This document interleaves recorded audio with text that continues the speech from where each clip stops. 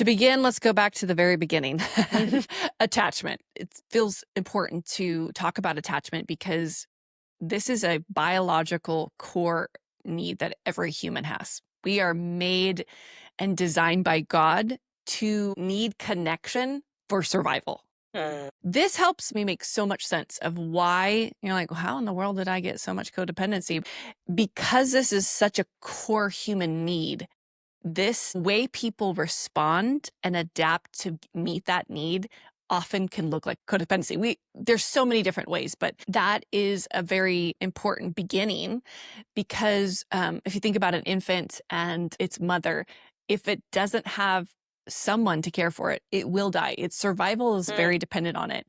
And naturally, as that infant develops, it begins to learn things like autonomy or agency.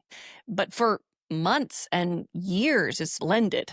The sense of child and the sense of mom is sort of one. And that's one of the complexities as a mom. And it gives me a lot of compassion is that part of my job is to attune so well to my baby, to anticipate, to read his or her emotions and their needs. And, oh my gosh, that's the thirsty cry, or, oh, they're tired. I know that feeling. And those things are important at the beginning, but with time, the child has to create a sense of themselves and have agency. I remember my baby's like crawling and then turning around and looking back and be like, is she still there? They're sort of making sense of, wait, I'm here and mom's in the kitchen. I am in a different place than her. I'm not her. And so that development is really needed. And I like to describe those as emotional containers or inner boundaries, or a sense of that's where you begin and I end.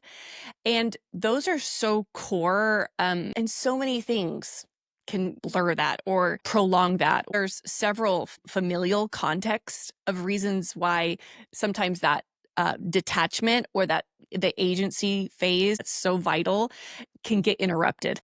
The parent could have their own trauma. They could have their own enmeshment. They could have their own issues that they don't know how to let that completely happen.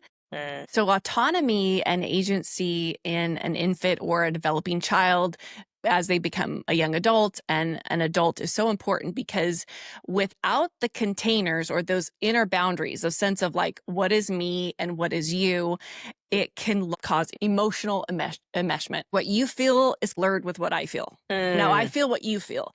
And I think that enmeshment is a precursor to codependency. I don't even know if you can have one without the other. Well, what is codependency? A lot of people talk about it in partner relationships, which so valid. So valid.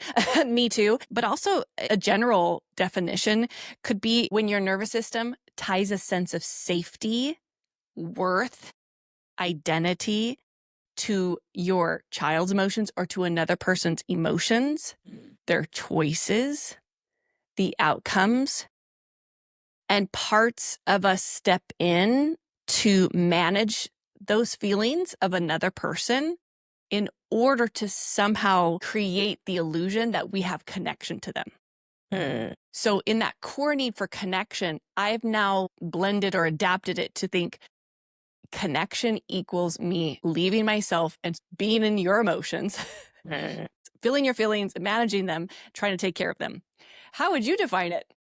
Yeah, I very similarly. I would say it's like an over responsibility for how someone else feels and tying my sense of emotional safety to your reactions, your emotions, your highs, your lows, your behavior. We talk about enmeshment a little bit, which is kind of like the unhealthy element to attunement. Even like being a mother, it's really important for me to be able to empathize or attune with my child, understand their emotions. Where it gets weird sometimes is when I start to lose my sense of self and become overly influenced and concerned about how are you perceiving, how are you behaving, what are you doing, how are you feeling?